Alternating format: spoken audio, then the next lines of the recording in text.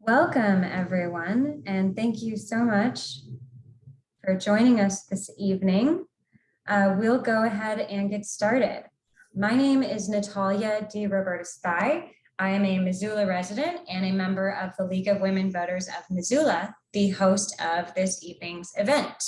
I'm also on the board of the League of Women Voters of Montana and on the DEI committee for the League of Women Voters of Montana as well. A few words about the League and why we're here before we get started.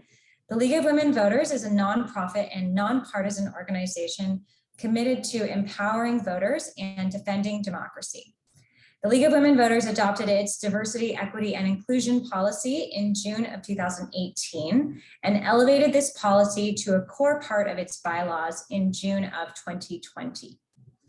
The League of Women Voters of Missoula is committed to furthering DEI goals in the Missoula community and supported the passage of the Jedi Resolutions by both the city and the county. One mission of the League is to provide public education on issues of government policy. And the purpose of this evening's forum is to offer the residents of Missoula an opportunity to learn more about Jedi. Jedi, which stands for Justice, Equity, Diversity, and Inclusion, is focused on achieving equity of outcomes. So it's an expansion of a traditional view of thinking of diversity, equity, and inclusion to incorporate justice and also to work to ensure that our institutions and our efforts are really reflecting the communities where we live and we work and beyond. The forum this evening will review the content and intent of the Jedi Resolutions and place them into the broader context of the Jedi and DEI movement, as well as provide updates on what has been done to implement and since the implementation of the Jedi Resolutions.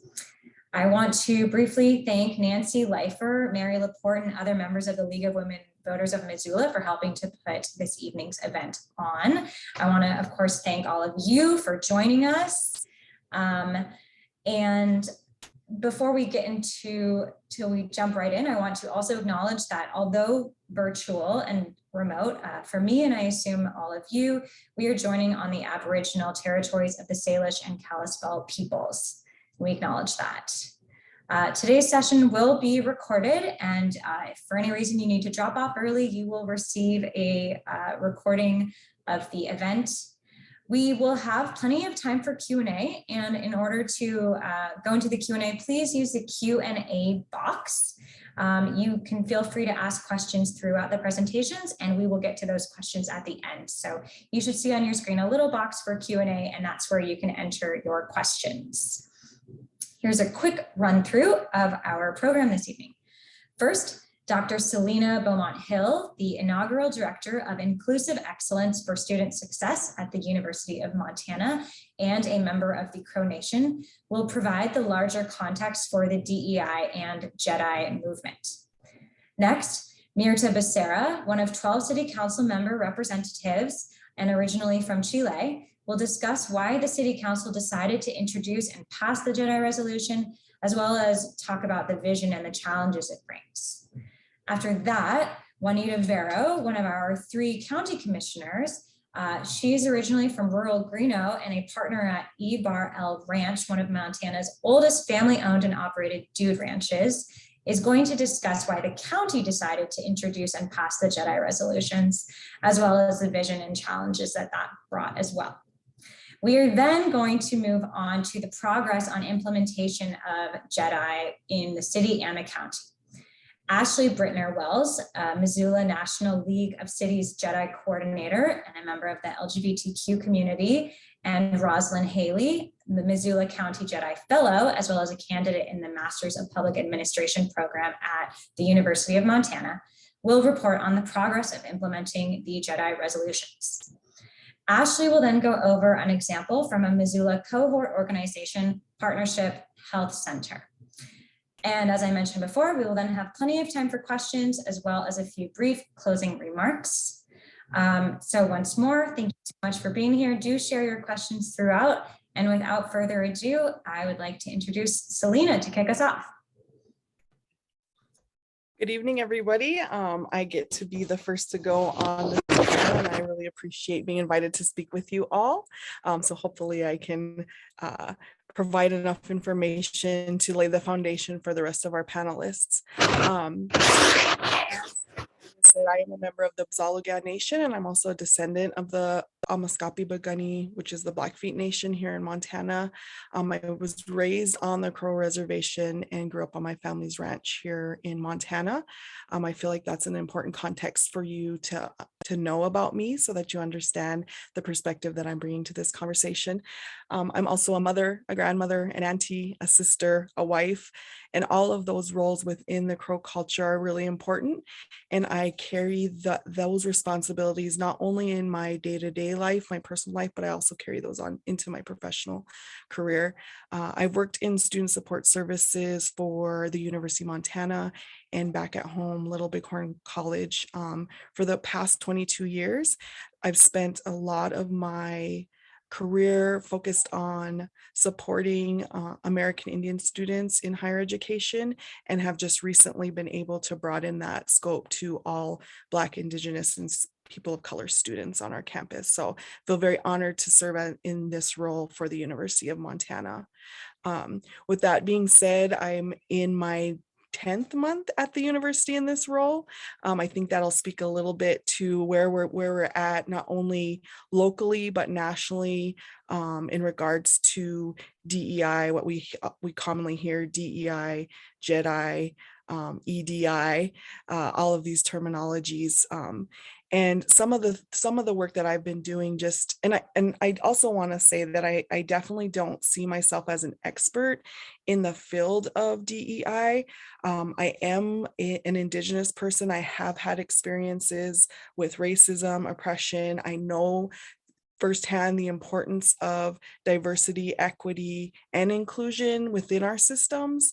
But I also know that there's still a lot of work to do. This field is changing rapidly. As you can see in the last year and a half, we've have had a lot of evolution within work around diversity. And so one day I hope I could say I'm an expert, but I do want to say that I am also a learner in this field. So in thinking about DEI and diversity, Jedi work, we also want to think about the work of anti-racism. And anti-racism is really the intentional work that we put into the DEI focuses. And so that's the work you do on a personal individual level. And I think that's really important to say, because it's really easy to see this movement and watch it from afar and think, these issues maybe don't really, how can I contribute to these issues? And the work around anti-racism really gives you that context to know where to start as on an individual level. And we all have to start there. In order for diversity, equity, inclusion efforts to work, we have to start with ourselves, acknowledging our own biases, our own experiences, and our own perspectives.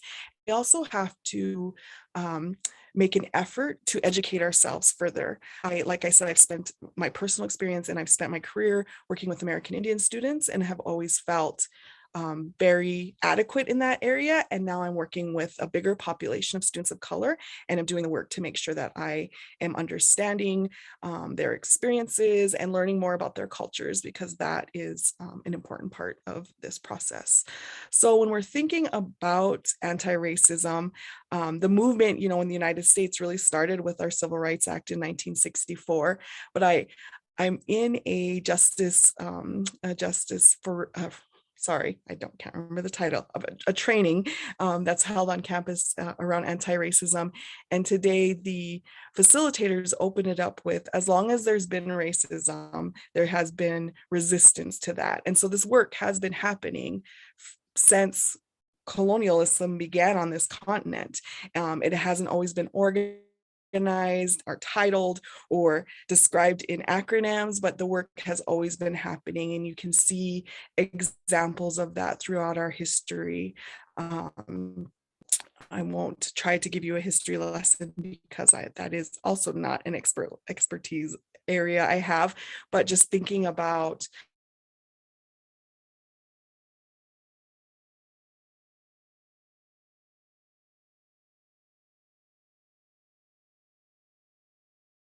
that really do focus on creating diversity, equity, and inclusion within our systems.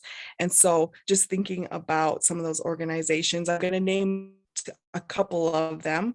One locally is Empower Montana, only known as the National Coalition Building Institute. If you are not connected or you don't, if you don't know about them, please look them up. Empower Montana has been doing work locally here for the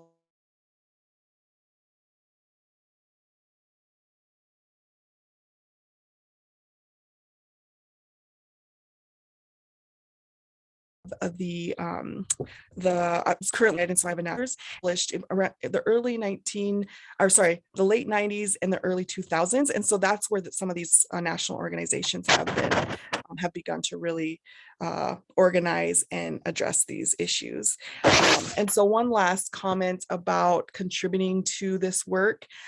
Show up at events that are addressing these issues, learn from your peers, learn from people in our community, support all of those efforts, and just really provide that, educate yourself and then figure out how you can contribute. And that's how I'll wrap up my portion. Thank you so much, Salena. And I want to call out, I do this sometimes in presentations as well. I really appreciate how you describe yourself as a learner. And I think it's important for us all to remember there is no expert from my perspective. We're all in this. It's a journey, and it's an area that's constantly evolving. So I think approaching this with a learning mindset is exactly right. So thank you. I appreciate that reminder. And I appreciate your remarks. And moving on, I'd now like to bring Mirtha into the conversation to bring the perspective of the Missoula City Council. Thank you. Thanks, Natalya. And first of all, thank you to the League of Women Voters of Missoula for this forum and for inviting me to participate. As Natalya mentioned, I was born and raised in Chile. I am an immigrant to this great country, and I have called Missoula home for more than 15 years. I wanted to share with you what the process was for City Council's adoption of the Jedi Resolution. The city of Missoula has been working on Jedi-related issues for many years now. But I believe the social movements and the events that took place nationwide the summer of 2020 made us all look more intentionally at how we as a country and as a community are addressing the long-standing issues of equity, diversity and inclusion and justice. The city has been participating in the National League of Cities and Towns initiative and has been learning from and collaborating with other communities on ways to advance these goals. One outcome of that collaborative effort was the Jedi Resolution. Our staff worked on tailoring that resolution to meet our own community goals. The Jedi Resolution is a way to set goals for us to hold ourselves accountable and to track and measure our progress as we move forward. The process the city used to pass the resolution and provide a space for public comment and participation was the same one that we follow with pretty much all our resolutions and ordinances. The city reviewed a draft resolution that was presented to the City Council's Committee of the Whole. We had a robust discussion about it and what it means to have such a resolution in our community. Later, after public comment and agency review, the draft resolution was edited and included all the council's comments and public comment. And it culminated in a public hearing where the City Council adopted the resolution.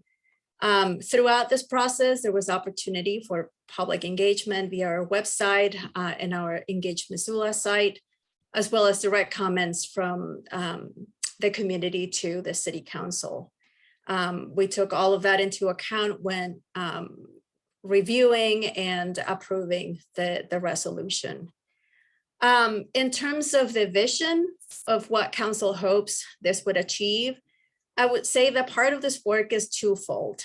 And internally is to look at how the city operates at the department level, and externally, how the city provides services and programs to its residents. I think the vision for council, and of course I can't speak for everyone, but I think the vision is that through this work, we will lay a good and solid foundation of Jedi values into every aspect of city government, and will ultimately have a community that feels empowered, included, and more importantly, that they belong. In terms of the challenges in implementing Jedi, I would say that it's time. We did not arrive at where we are right now overnight. We are talking about a system that is broken and has been broken for way too long. So changing it will take a concerted effort and time. I think we all here wish that we could make change happen significantly faster. There's certainly a sense of urgency that is at odds in a way with doing it right and doing it comprehensively. So I would say that that's one of the main challenges. Anything else that I think would like people to understand about this work is that this is not just a resolution to provide ways to improve the way we as a city provide services. This is a matter in which we all need to do our part, contribute, learn, and change. I think it will take all of us to move the needle in the right direction. I think I'm not alone when I say that Missoula is an incredible city. And I think this work will make us better and stronger as a community. And I think ultimately the goal is that we're not gonna be meeting about the issues of Jedi as often. This will become a way of simply doing business and a change in mentality. So that wraps it up for me. I'll be here and I can answer any questions. Thank you so much, Mirtha. I want to echo back something that you said that I thought was such a powerful summary of a challenge of this work, is that urgency is at odds with doing it right and doing it comprehensively. Thank you so much for articulating such a problem so concisely. I really appreciated that. Thanks. I'm now going to introduce Juanita, who will discuss the county's vision and efforts with regards to Jedi. Thanks, Natalya, and thanks so much to the League of Women Voters for hosting this. This is really fantastic. So very similar to the city, but before I became a commissioner, so this would have been in 2018, 2019 early, there was already good commitment by staff around wanting to engage internally and externally around issues of justice, equity, diversity, and inclusion. People genuinely believe that Missoula County was a place like striving for and wanting to create Jedi. So that work was in place, but it just needed a little more structure. And so folks also, I mean, as many of you on this call recognize that structural, and as Mirtha was saying, structural and systemic barriers limit marginalized communities. And we know this from accessing resources such as high wages, credit, housing, healthcare, education, public services. And that lack of opportunity compounds standing inequities and then obviously contributes to unjust outcomes. So Missoula County really wants to further dig in and identify and address these barriers because when they're addressed, then all residents benefit when these barriers are removed. So the goal, I guess, is to build a more resilient future for all residents. But I think as we know this, it's hard for people to understand that, especially if you're in a dominant position, for folks to understand that Jedi doesn't take anything away from you or doesn't limit your access. And we're kind of working through how to talk about that. So the process for what the county used is very similar to the cities.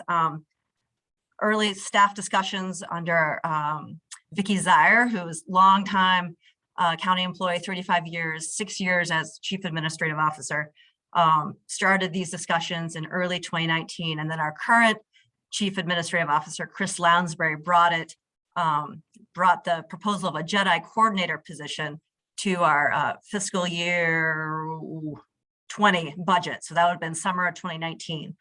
And the Board of County Commissioners decided to fund it. It took a while to fill the position, but Jamar Galbraith started last February, so February of 2021. And then this past July, we opened public comment on the Jedi Resolution, July 22nd. And then 6 weeks of public comment, back and forth. And then we were able to, and then it was rewritten.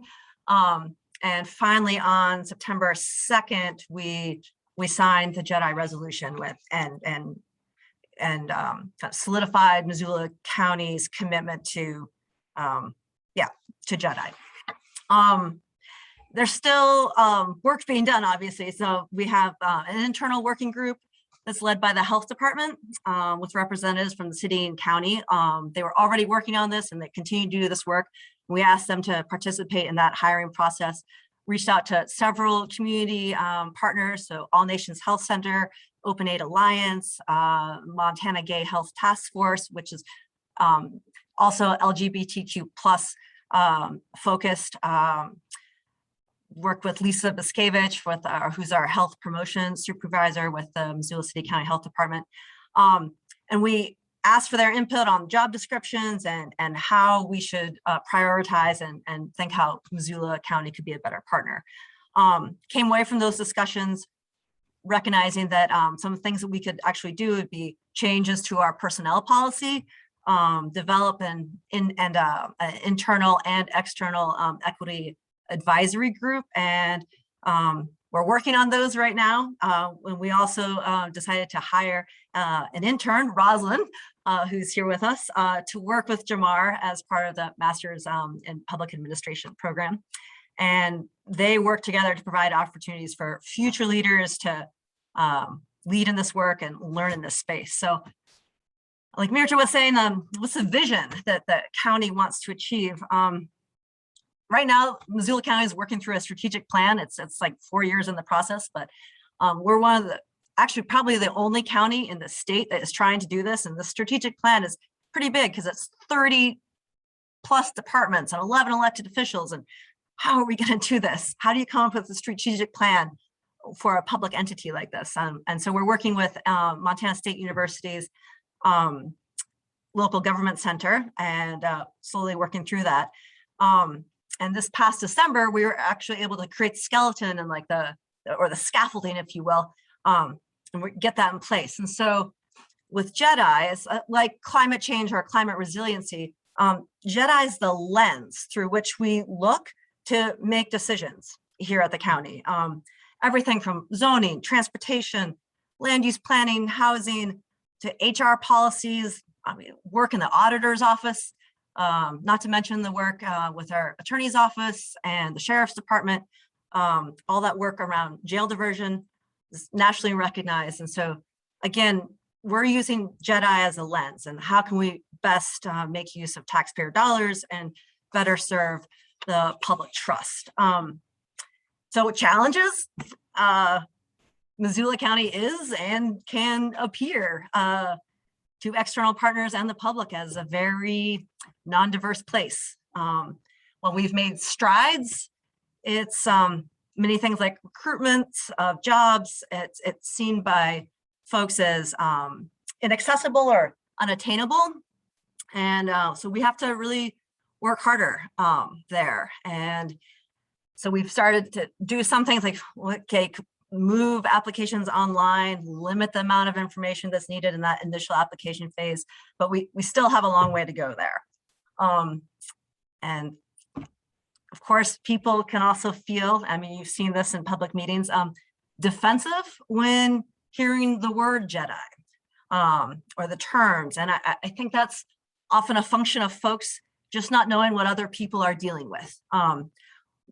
We'll hear, what do you mean someone's not getting justice? Or, what's different, or how is it worse than what I'm dealing with? Or what have I done wrong that requires this elevated level of justice? And so those are some of the kind of like knee-jerk reactions we hear, but if we take time to listen and to ask questions and ask for solutions, we found that people come around, and yes, everyone really does want everyone to have equitable transportation and housing and health and access to the justice system. So it's going to take time. Like you were saying, Natalya or Mirtha, this is Salena. This has been a long time. So it's going to take time to work through it. And the words, again, justice, equity, diversity, inclusion, these are the correct words, but they've been weaponized, unfortunately, in a way that folks kind of armor up. They stop being curious, they stop being reflective, and they stop listening. So I think it's important at this local level to show progress around health and aging and socioeconomics, ways that we can not other. So I mean, using that othering as a verb, and what can we do to not other? So trying to think of, take this on a personal level. I'm at the age now where I struggle with my eyesight and my relationship with gravity, and have a newfound companionship in arthritis. And I mean, these are all things that I knew about, but sometimes it takes like feeling them and these experiences to create awareness and find solutions. And so when I was in college, my boyfriend was in a snowboarding accident, half pipe, broke his back, was paralyzed, waist down. So I'd always known about handicap parking, but it wasn't until I realized that the doorways in my apartment were too narrow for his wheelchair, and I had to put him on a beanbag and drag him around my apartment. Or becoming really aware of the slope of sidewalks or cracks in the pavement, or transitions in sidewalks, and because anytime his wheelchair would hit them was super painful. Trying to find wheelchair accessible spaces in bars and bathrooms and restaurants and movie theaters, or struggling to have a healthy sexual relationship with a paraplegic, or for me, or for him as a paraplegic. And so those are things you might know about them, but it really, until you're in it, you don't always see it. And so thinking about, and then personally, again, my half Filipino, so dad, 1939, first generation Filipino, successful captain of his basketball and tennis team, but he's only 5'4" and he had polio, one leg's like the size of my arm and 2 inches shorter than the other. Graduated with honors from Cal Poly, was in the Air Force as a medic, Montana Cowboy Hall of Fame. But he always said to me and my little brother when we were little, and even today, best thing I did was marry a white woman who had a ranch. And of course he's joking, but there's a nugget of truth there that my brother and I have carried around. We're fine, but it's interesting, this nugget of truth. And thinking about this tonight and thinking about my dad, there was a moment when, again, when my brother and I were little, he was hauling horses to Nevada and he's allergic to shellfish, had somehow shrimp in his meal, ends up in his motel room, and he's in anaphylactic shock. And he's just sitting there, doesn't call 911, doesn't call the desk, doesn't call the guy he's traveling with next door, just thinks he's going to, this is it. And he loses consciousness. Fortunately, he wakes up in the morning, but the point is that he never asked for help, okay? And it's because he didn't really necessarily think he was worthy of it, or he could afford it. Similarly, he got bucked off a colt on the ranch, fractured his skull, head blew up 3 times the size of a normal head, and it looked awful, horrible colors, like Erie Backcountry School of Medicine uses photos of him in their training. And again, didn't go to the doctor because not thinking that he could afford it, and not thinking that he was worthy of it in a sense. So that's, these incidents, I guess, happened when my brother and I were little, but then more recently he had shingles and waited 4 days. Beyond, so 4 days, that's beyond the window of time when you can have effective antivirals. So then because of that, he didn't get those antivirals, and he has been struggling with post-herpetic neuralgia, that shingles pain, for like 6 years. And my dad's not dumb or obstinate. He just doesn't advocate for himself. He's educated, but he doesn't advocate for himself. And so just thinking about that, I want to know, like, is there a place that we can, if he was younger, you know, could my polio afflicted Filipino dad, what needs to be in place for him to develop a sense of advocacy going forward? Again, aging, rural folks, this is all part of Jedi and the stuff that we have to deal with at the county. You know, folks want their independence to be recognized and seen and appreciated, and not be considered a charity case. But sometimes there's this combination of I'm not worthy and I don't need help that can begin a person's isolation. And when that happens, that's negatively cascading, and it's very expensive, these consequences. And so I guess to wrap it up, like, yes, how do we empower people? That's all people, and that's the focus, that's our goal. And in a community that's as rich and thoughtful and successful, and I say rich not just monetarily, but vibrant as Missoula City, Missoula County, I think it's our responsibility, because we can. It's our responsibility to be reflective and curious and figure out how we can better serve. Not because we're a bunch of Care Bears, but it's because that all citizens will then be stronger and more able to contribute. I'm running out of time here, but thank you. Thank you so much, Juanita. I really appreciate your sharing why all of this work is so personal. You shared some of your own stories. All of us have stories about, it could be about ourselves or about people in our lives. And I think you really kind of brought home what we're aiming for, which is a better community where, as you said, people feel more empowered to advocate for themselves and live better lives. Thank you so much for sharing that. Before we kind of dive into the meat of our program, we did get a question in the chat about definitions, and I do have definitions, which I'll take a moment to share here. These are from the Jedi Resolutions from the city and the county, which I understand are the same definitions, and these will be included in a follow-up email, as well as the university's DEI plan for anyone curious to follow up. A couple of these are teeny bit lengthy, just a warning, but we'll go through one by one. Justice, dismantling barriers to resources and opportunities in society so that all individuals and communities can live a full and dignified life. These barriers are essentially the isms in society: racism, classism, sexism, etc. And that's credited to Public Lands Alliance. And more about justice. This includes distributive justice, procedural justice, redistributive justice, and restorative justice. Distributive justice, or economic justice, is concerned with giving all members of society a fair share of the benefits and resources available. That's from Beyond Intractability. Procedural justice speaks to the ideas of fair processes and how people's perception of fairness is strongly impacted by the quality of their experiences and not only the end result of these experiences. That's Yale Law School. Retributive justice is a system of criminal justice based on the punishment of offenders rather than on rehabilitation, Oxford Languages. And restorative justice is a theory of justice that emphasizes repairing the harm caused by criminal behavior, from the Center for Justice and Reconciliation. Next, for equity. Equity is the full and equal access to opportunities, power, and resources so that all people achieve their full potential and thrive. That's developed by King County. Next, diversity.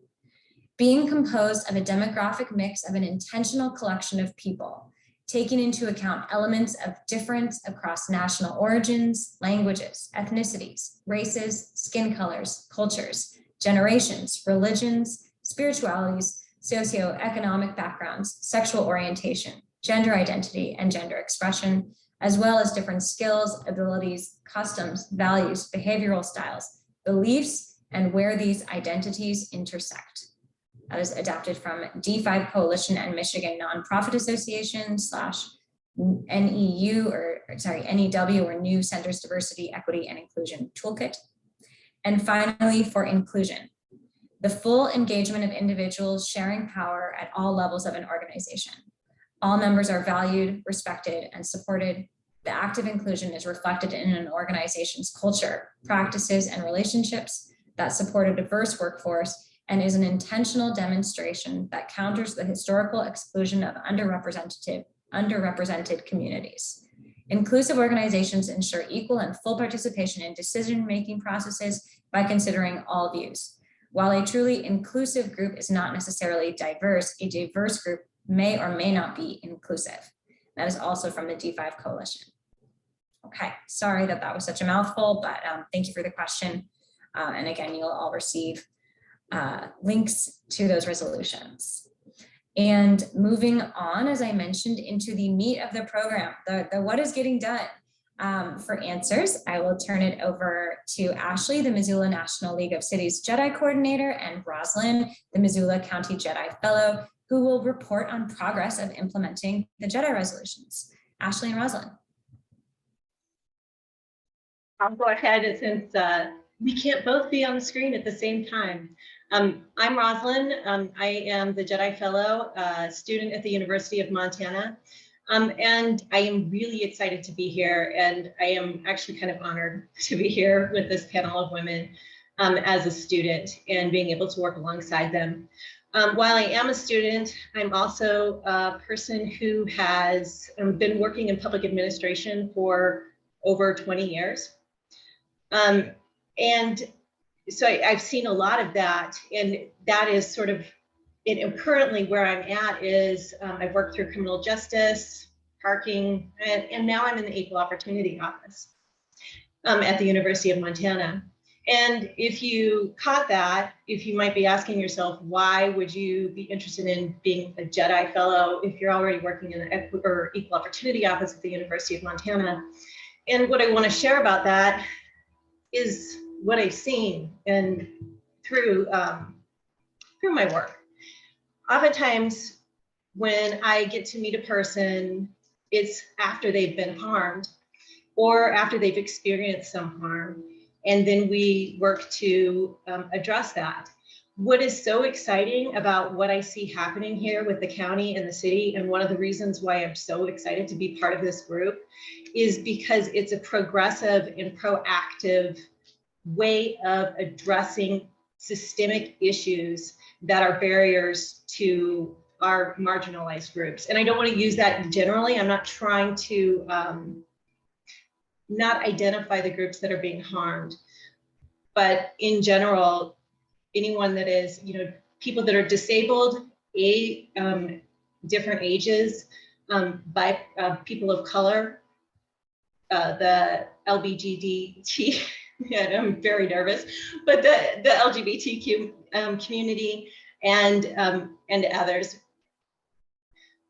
I mention that because what happens and what I've seen in my work is that oftentimes these harms will happen, but when you're alone with in your group, if you are working in an office where you are, maybe you're working as a carpenter and you're the only woman, and maybe there's some behavior or some systemic things that are happening, some processes that are occurring there, it is likely that those negative behaviors are going to impact that other person, the woman or the person of color or the person that is there alone or that does not have another person to identify with, and they feel a little bit more targeted. And I guess the point is, as I'm so nervous, and I really apologize, but the point is that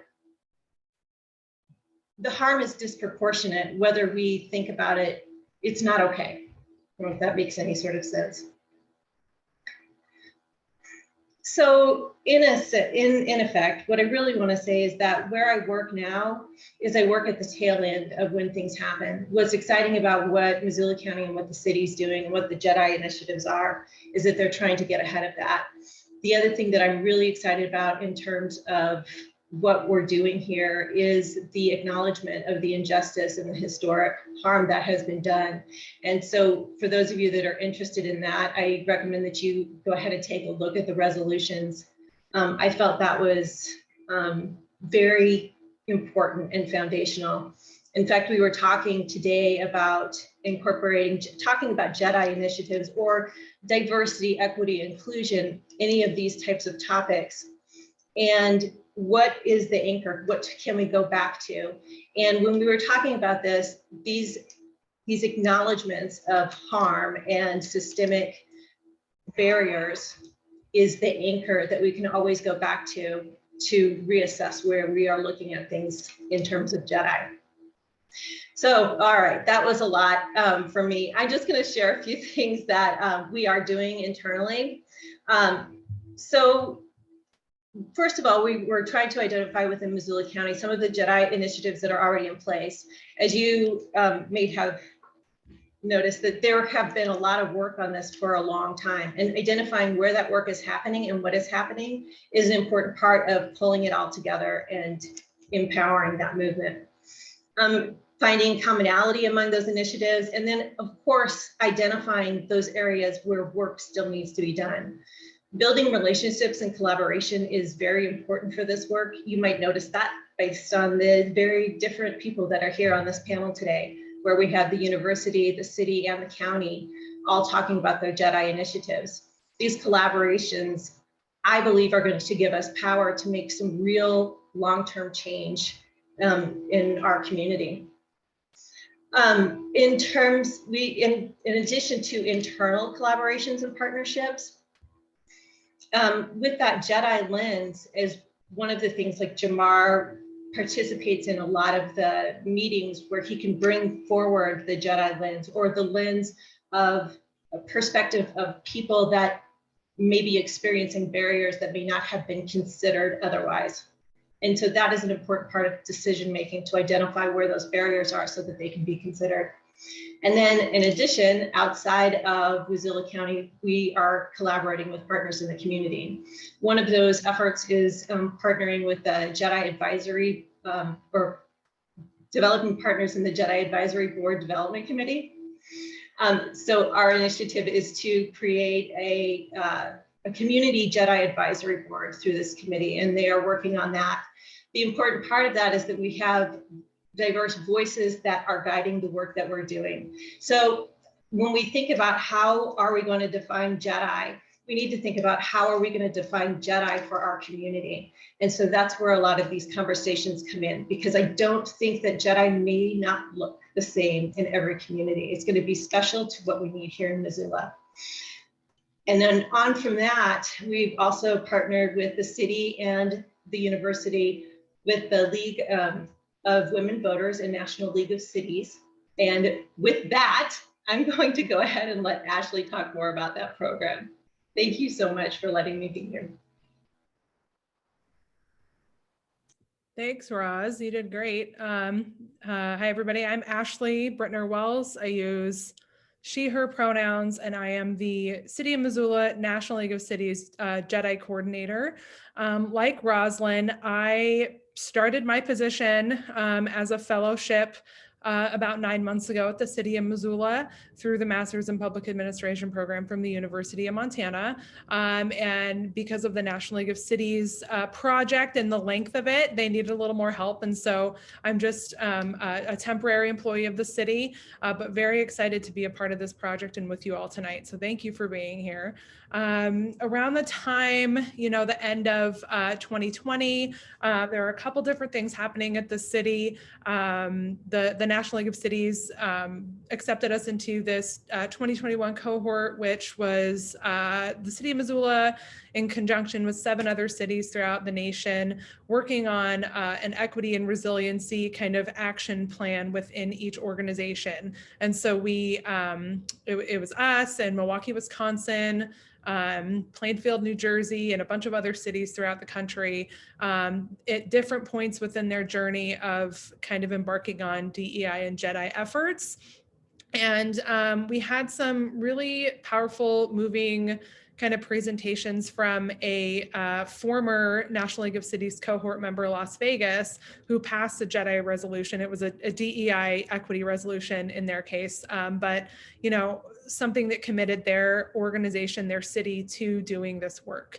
And that was something that we kind of modeled our approach after. Our National League of Cities cohort through the Missoula, the city partnerships, we have the county, University of Montana, the City County Health Department, All Nations Health Center, Missoula County Public Schools, and Partnership Health Center.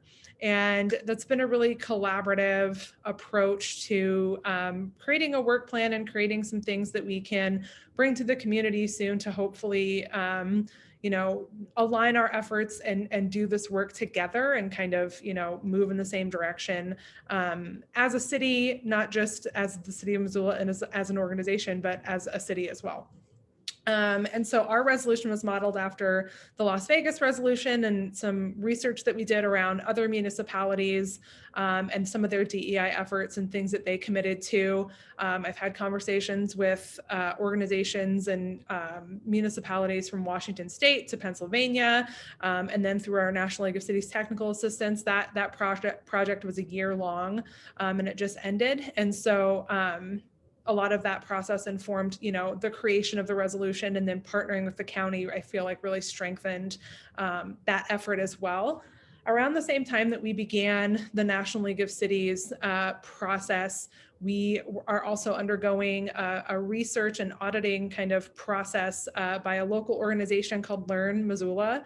They're the Listening, Engaging, Action, Reflection Network. They're a BIPOC-led and directed research and research project that is centering the voices, lived experiences, and really perspective of BIPOC residents in Missoula in the process of transforming community structures, municipal systems, and business institutions in Missoula. And so that process is ongoing, but that is something that City Council also undertook around the same time that we started doing this National League of Cities project. And so it all is kind of happening and, lifting each other at the same time and really informing, each other's process and work, I think, as well. And so, from there, we've really, we've gotten a lot of community support for the resolutions. The League of Women Voters wrote letters supporting us, and then some of our cohort members, and we had community review. We had many folks from both organizations reviewing these resolutions and helping write them, and a lot of public feedback. And, really what it does is formally commit our organization to this work, to, deepen the work by employees that are already doing some of this work, and then also doing the work that we're already doing with a Jedi lens. And so one thing that's very exciting is that when we passed the resolution, we got funding approved to hire a Jedi specialist. It sounds like it took a little bit of time at the county. It also took a little bit of time at the city. And so although the resolution was passed in August, we are currently hiring for that Jedi specialist. And, you can literally go to the City of Missoula website right now and apply. It is up on our website. And this work is ongoing and iterative and really will be informed by that position once it is hired. So it's very, very exciting. And some of the things, that we do right now as a city that is already through this, equity lens. We have a lot of programs within our housing department and our Affordable Housing Trust Fund, the Mobile Crisis Response Unit, our Parks and Recreation income-based scholarships, and then really, from here, delving super deeply into what else we can do, identifying some of those areas that we just don't know are inequitable yet, but we need to, do some work. We know there's a lot of poverty disparities within our community, especially as it relates to some of our BIPOC residents, and in terms of the poverty rate of, Missoula as it relates to Montana and the United States overall, it is higher here. And so those are some of the things that, across the board we need to address. And there will be some slides in a couple of minutes here that I'll show a little bit more about that. But as Mirtha said, this is a twofold process. We have our internal efforts and we have our external efforts. And so internally, we're currently just specific to that inclusion piece and that belonging piece and kind of some of that definition of inclusion that's within the resolutions. We're developing a city Jedi team that will consist of employees at the city of Missoula to help cultivate a culture of belonging within the city of Missoula and make sure that it's really a place where everybody feels that they can work and be themselves fully. And starting training for leadership that focuses on, what our consultant is calling systems transformation. We got a grant from the National League of Cities to get some training. And so we're currently undertaking that as a, leadership team within the city of Missoula. And then, from there, reviewing policies, procedures, rules, our recruitment efforts, integrating more inclusive language and making things a little bit more accessible. An example of that would be within our city charter. It does not allow us to pay boards and commissions and committees, stipend or otherwise. And so is there a way that we can change that so it's more accessible, more inclusive? If the meetings are not held at an accessible time, if it's just out of the kindness of your heart that you're able to participate, that really limits the people that are able to participate on those boards and commissions. And that's an entry point into, local government, having your voice heard, getting that experience, potentially being employed with the city, potentially running for office someday. And so that's something that is a very specific, tangible example of something that we can do to make our operations more equitable for everybody in our community. Because if you can't afford to take time off work, or if you are, you need childcare or whatever else, that is an inequitable system that is set up to, then only a certain amount of people that have expendable time and income are able to participate. So that's something very tangible that, we can look to change as we do this work into the future. And then really identifying how existing resources can be redirected or greater spent for a greater net benefit to the public. Very much a work in progress, and things are being identified and determined as we, go about this work. We don't have our Jedi specialists on board yet, but we're doing this iterative, ongoing work. And then also, and from an external process, really helping, with our National League of Cities group, kind of align our efforts, identify other partners, see how we can support the work that's already happening versus recreating work that's going on. That's been a big part of the National League of Cities process. And then, the overarching theme of all of this is whatever we do externally needs to have a very strong, robust public engagement aspect to it. And so really, strengthening through a bunch of different avenues, but really that, this Jedi specialist and other,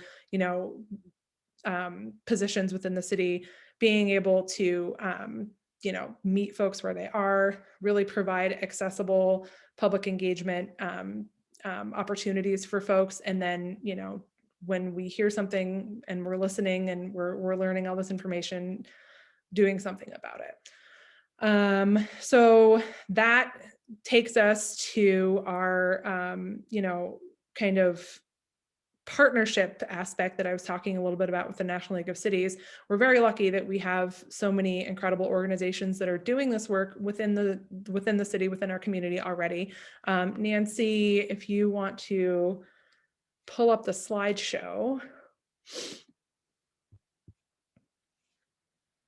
So we're super lucky through our National League of Cities cohort.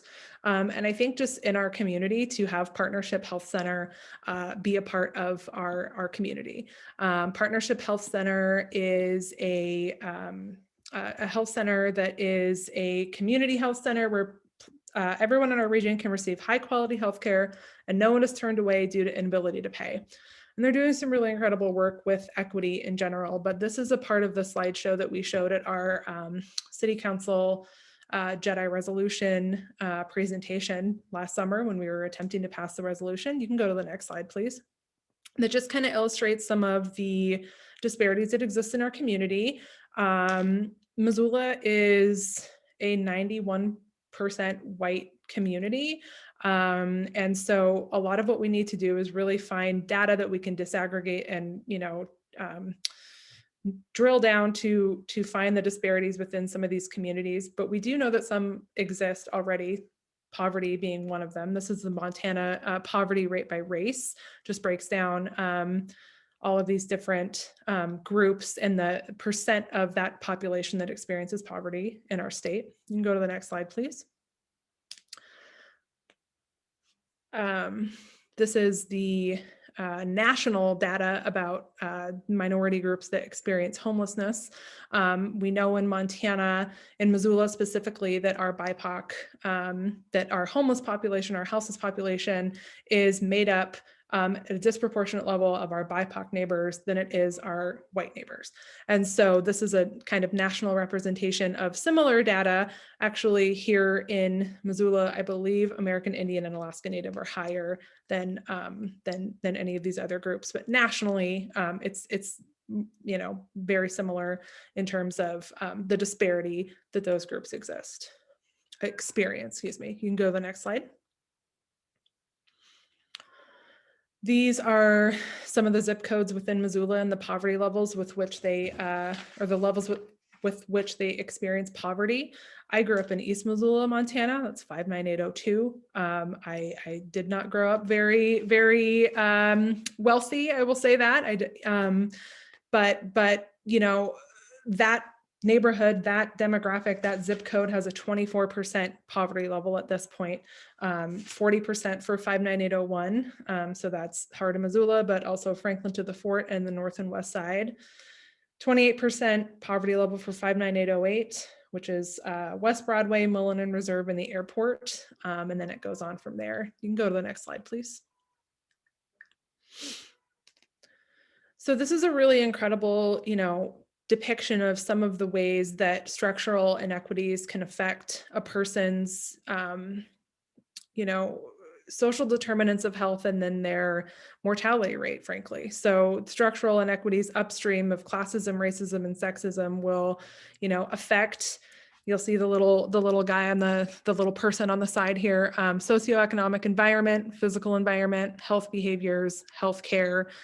It can have a disproportionate effect or can have a negative effect on all of these social determinants of health, which can then obviously negatively affect your mortality if they are not addressed. And so there are ways in which, as a city and a county, we can support and focus on some of the, very tangible ways that folks in our community experience some of these inequities, whether it's healthcare, whether it's, job training, whether it's, our physical environment, if you have trees in your neighborhood, or if you have a park, if your sidewalk is broken up, things like that. And then, hopefully positively contribute to your life and really the length of your life. And so from there, I am going to pass it over. That was a lot of information in a very short amount of time, but I appreciate everyone's listening. And I will go over to Natalya to explain the Q&A portion of our evening. And thank you all so much again for your time and for being here. Thank you so much, Ashley. And thank you to Rozlyn as well. The Q&A, as well as our little panelist chat, is blown up with people who could not tell that you were nervous, Rozlyn. You did just lovely. So please know that. And I really appreciate the both of you taking the time to kind of describe what's really being done. A few things I wanted to call out that stood out to me. Rozlyn, your really emphasis that the acknowledgement of harm as a foundation and kind of the anchor to move forward with in terms of this work and towards the Jedi Resolutions, and then the focus on building relationships, which you both really touched on, and making sure that the city and county are showing up to contribute to work that's already being done and form coalitions and provide support where there's an opportunity. And as well as, Ashley, you touched on public engagement.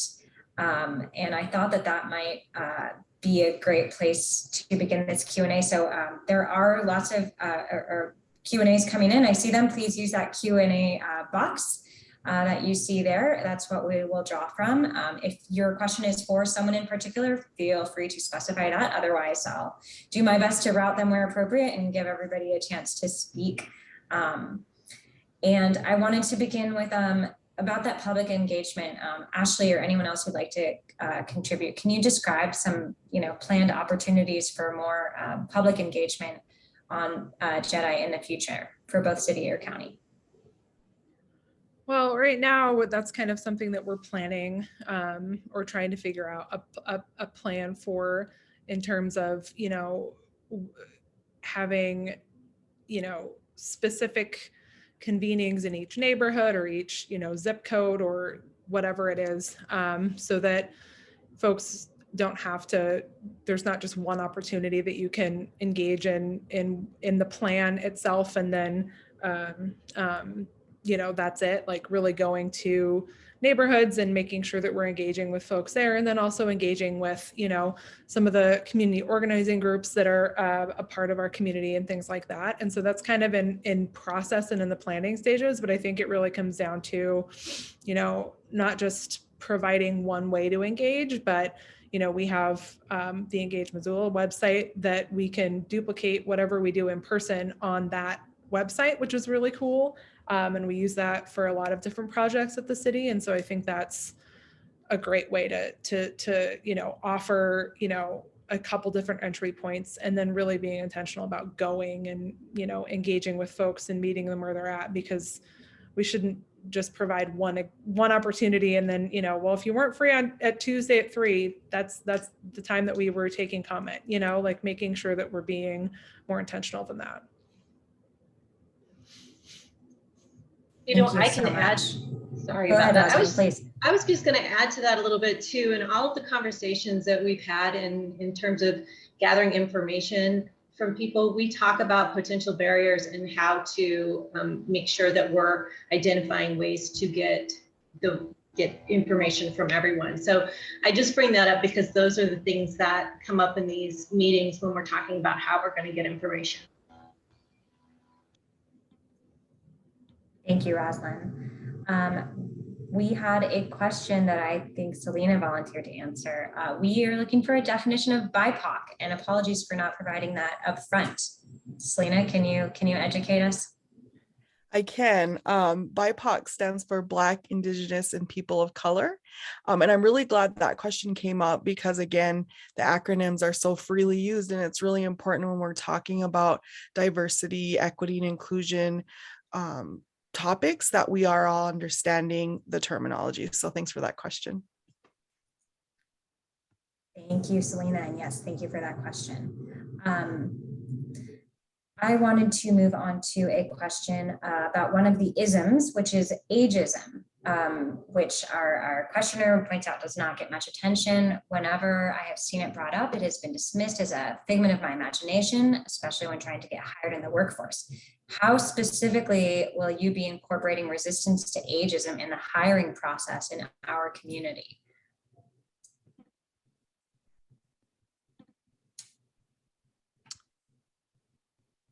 I can't say for sure how specifically we'll be doing that, but I know that part of our, goals at the city are to review our recruitment and hiring and, retention and things like that. Just basically hiring practices at the city. And so ways that can be mitigated, whether it's the way that, applications are received, or if it's the way that interviews are conducted, or, whatever the case may be. I know that sometimes there's a barrier with internet access or technology that you can use to fill out an application online or things like that. So that's something that I, think would maybe help mitigate some of that, but there are not plans for every single approach at this time, but that is part of our effort is to consider all of those isms, including ageism. Thank you, Ashley. And I just want to point out, someone asked about why other isms or words like homophobia and transphobia weren't listed as part of the structural inequities, patriarchy, capitalism, colonization. And I saw another question about those definitions as well, which pointed out that they included sources where those definitions came from. So I would definitely invite, especially someone from the city or county to follow up on my answer, but I was reading directly from the Jedi resolutions themselves from the city or county, and as an addendum to those resolutions were their definitions as an exhibit.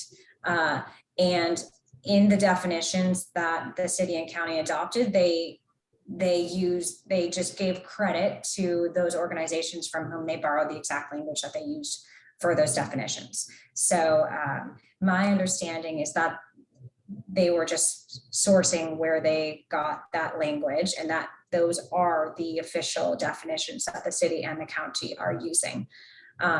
That's for the attribution. And as for the other isms, I'll try to look for it. So it says for justice, it says these barriers are essentially the isms in society: racism, classism, sexism, etc.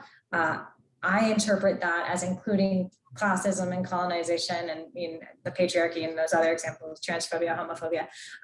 I assume that is incorporated there, and they just they didn't go on to list everyone that we're up against. But if anybody else wants to offer comment on that, please do. But that was my understanding. Thank you for those questions. I am going to move on. There was a pretty meaty question and a great one about how will progress toward the Jedi resolutions be measured and evaluated? Either at the university, the city, the county, anyone wants to offer thoughts on that? I'm going to boldly jump in as the intern here, because this is something that we've talked about, because we need to see where we are now, where we're going, and understand, again, where we are. So I'm going to be elusive here. I don't think we have a definitive plan on how we are going to identify that, but we are going to figure out how to measure those ways of progress. And I know that's maybe not the best answer, but it is an intention, and there are groups that are working on pulling in data, and the other discussions that we've had is on how to sort of combine data so that data is just really siloed and in different places. And so how do you bring all of that together that's already been collected?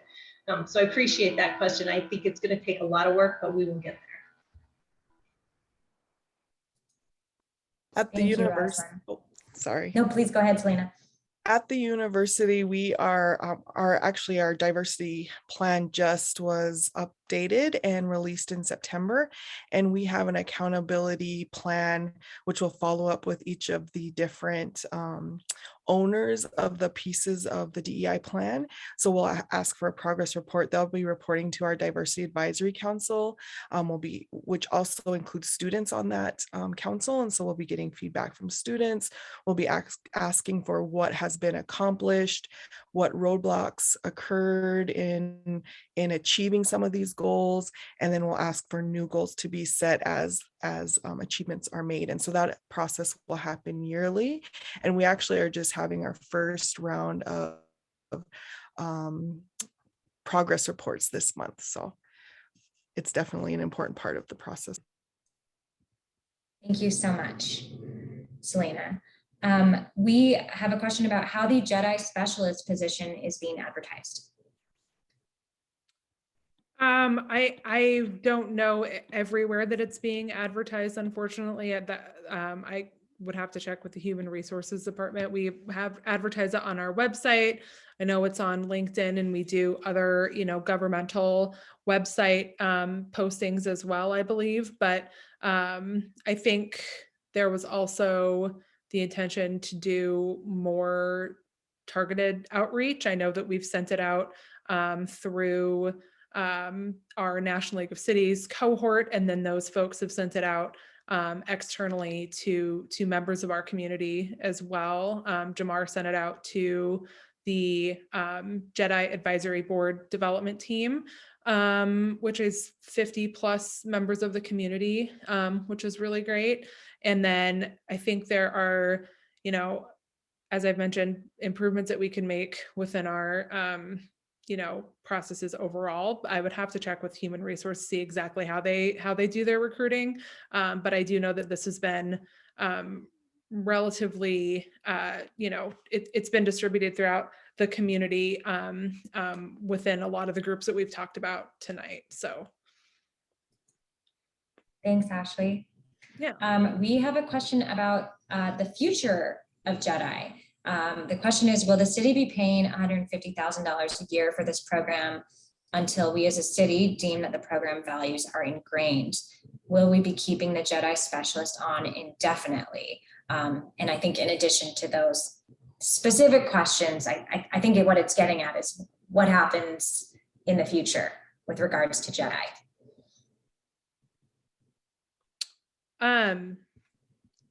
I believe it is a permanent position. I don't know for sure, but I believe it is a permanent position. The $150,000 that was allocated through the resolution last year was in an effort to do robust, community engagement, do consultant work for, training some of our, strengthening the knowledge of the leaders within the city of Missoula to be better at Jedi work in general, and helping develop a lens around what that means to operationalize it throughout the city and really do the work that we're already doing through a lens of Jedi. And then, some of the other internal review processes and things like that.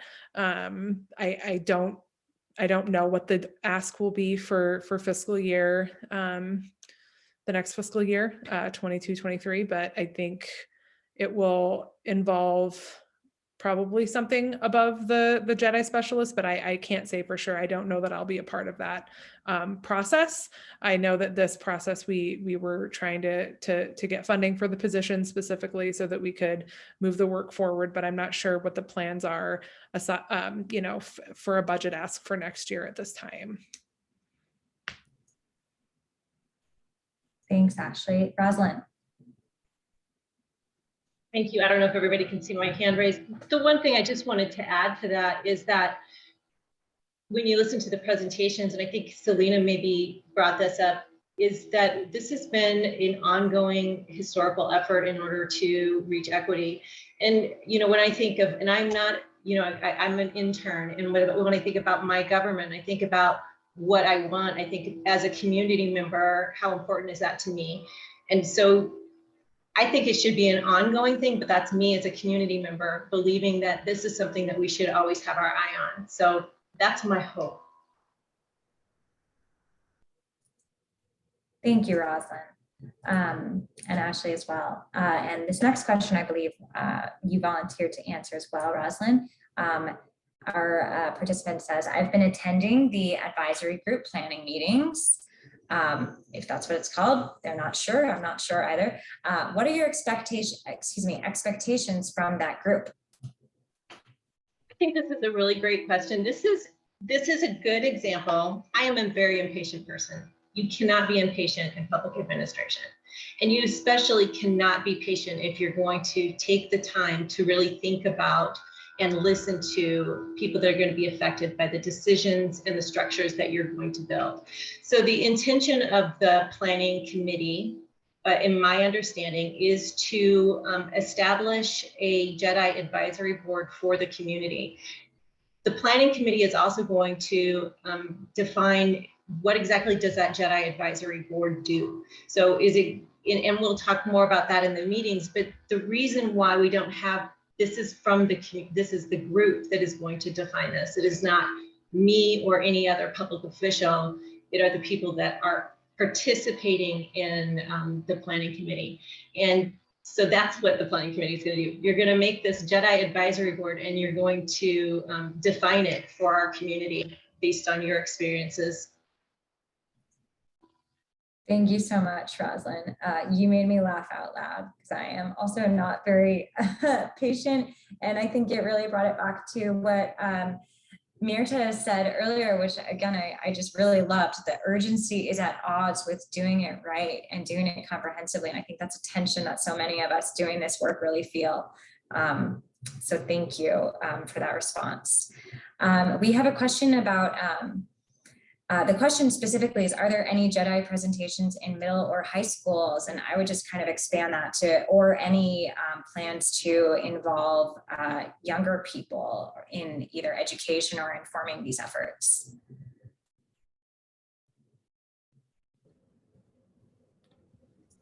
We haven't specifically done any presentations with middle and high school students, but they do have a group, and I'm trying to think of the name of it right now, within MCPS that is specific to, I believe it's BIPOC students. And I'm gonna have to look it up here, so give me just a moment. I value. So it's a work around diversity, equity, and inclusion with the intention of creating an inclusive MCPS community. So there's members, you know, within that group that do this type of work specific to Missoula County Public Schools for, it looks like BIPOC and LGBTQIA plus. Et cetera. So there is a group within that infrastructure that does this type of work. But again, this is in the very early stages. And so I'm taking a lot of notes about, you know, things that we can do. I think that's a really great idea. And I also think, you know, adding the homophobia and the transphobia and the other isms to our definitions is a really great path forward for things that we adopt, you know, as an organization. Those definitions are specific to the resolutions. We don't have anything else other than those at the moment for the organization itself, but I think it would be smart in the future to have definitions of those, and adding to it is a great idea. So I appreciate all of the comments and the questions tonight, because if I don't have an answer, then it's something that we can do in the future to maybe improve this whole process. So I appreciate all these questions very much. Thanks, Ashley. Yeah, and back to what Salena said, we're learning. Absolutely. We're working to make progress, but we're also learners. I want to call out a few organizations that were mentioned in the Q&A here. Transvisible Montana offers an allyship workshop that has been done in schools a couple of times. Thank you for that, as well as Guts, Girls Using Their Strengths at the YWCA works on these kinds of issues as well. So thank you for sharing that. We have a question. What are the barriers that other communities have encountered in implementing Jedi? Anybody have insight there? Barriers in other communities who are doing similar work. I know one barrier, I can't remember who mentioned it earlier, maybe Juanita, but of course, Missoula is not the most diverse place. And I liked the way Juanita framed that, as that just means we work harder. Barriers in other communities that we might have a chance to learn from. I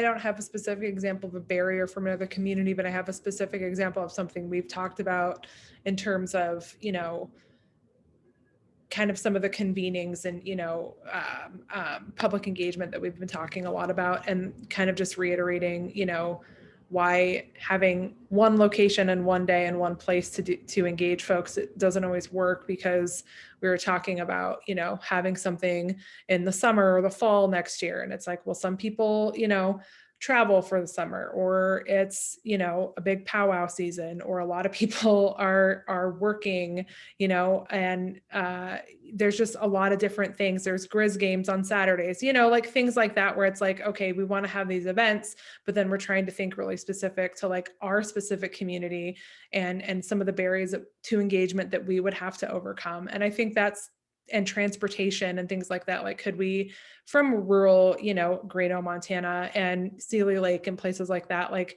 offer transportation? Like, we will be here at noon on Thursday to pick, or whatever day it is, to take you to the, you know, the Jedi fair, or whatever it is that we do, the, you know, the symposium or whatever it is. And so, you know, really thinking through some of that. I know I've spoken to other communities that have done it was called the People's Supper in Pennsylvania. And one of the things that they figured out really quickly was that they wanted to, they wanted to have these just, big convenings with everybody from the community at these things.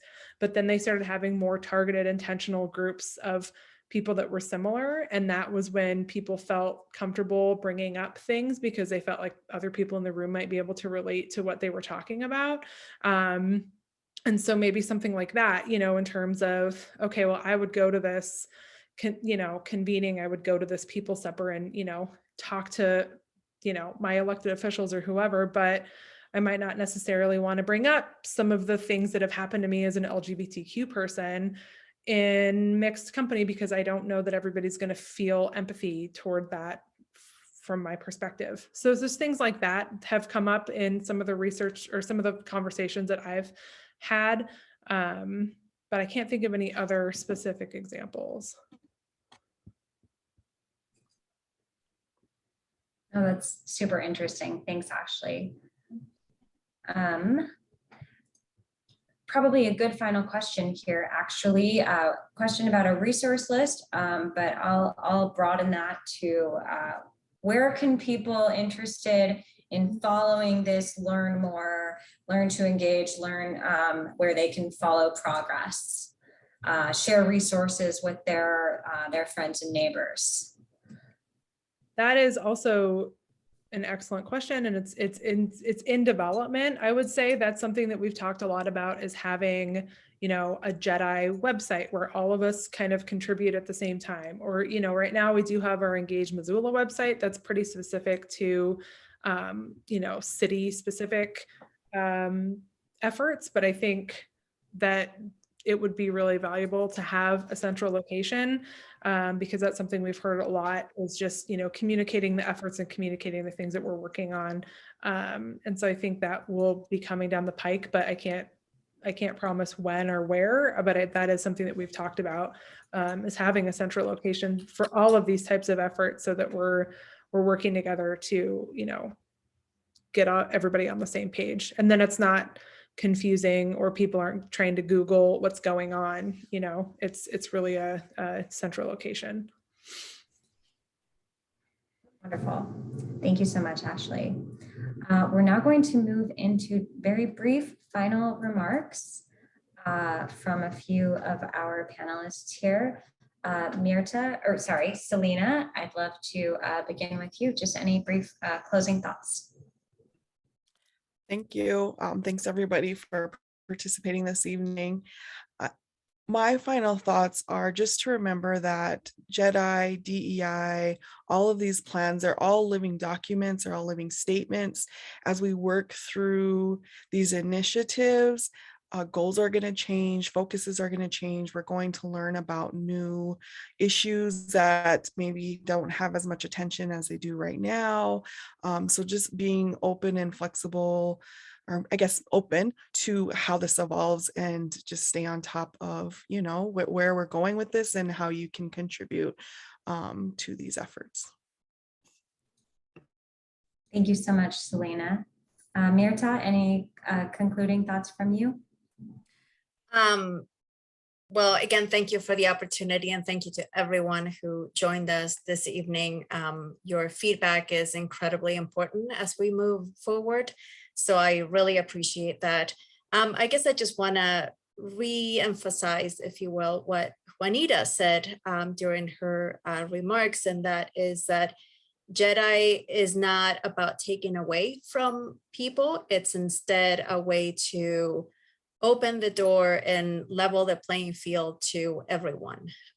In Missoula, particularly, our marginalized communities are not just BIPOC members of the community, but it's our white, older residents, those who have struggled for many, many decades to make ends meet, to find a better way to be healthy. So this is not about taking away from one group and giving it to another. So I would like us to go away with that in mind and work together so that we can move the needle on this very important issue. Thank you again. Thank you so much, Mirtha. And finally, Juanita, if you'd like to offer any closing thoughts. Thank you. And I'm just so proud and grateful for these partnerships, and just really grateful for this community's willingness to grapple with ensuring equity. I mean, it's a grapple, and really proud that we can do this. This community is willing to do it. Absolutely. I feel the same way.